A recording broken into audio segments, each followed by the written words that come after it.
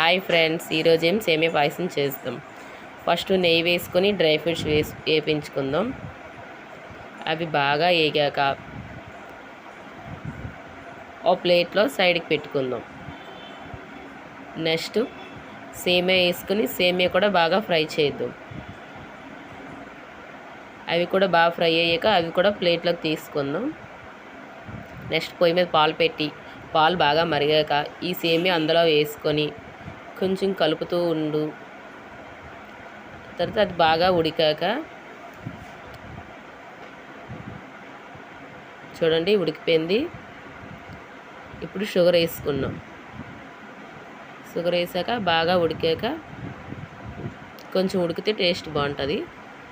తర్వాత నెక్స్ట్ ఇలాచీ powder, dry fruits వేసుకొని సేమియా పాయసం రెడీ. ఎమ్మి సేమియా పాయసం రెడీ. టేస్ట్ చేద్దాం.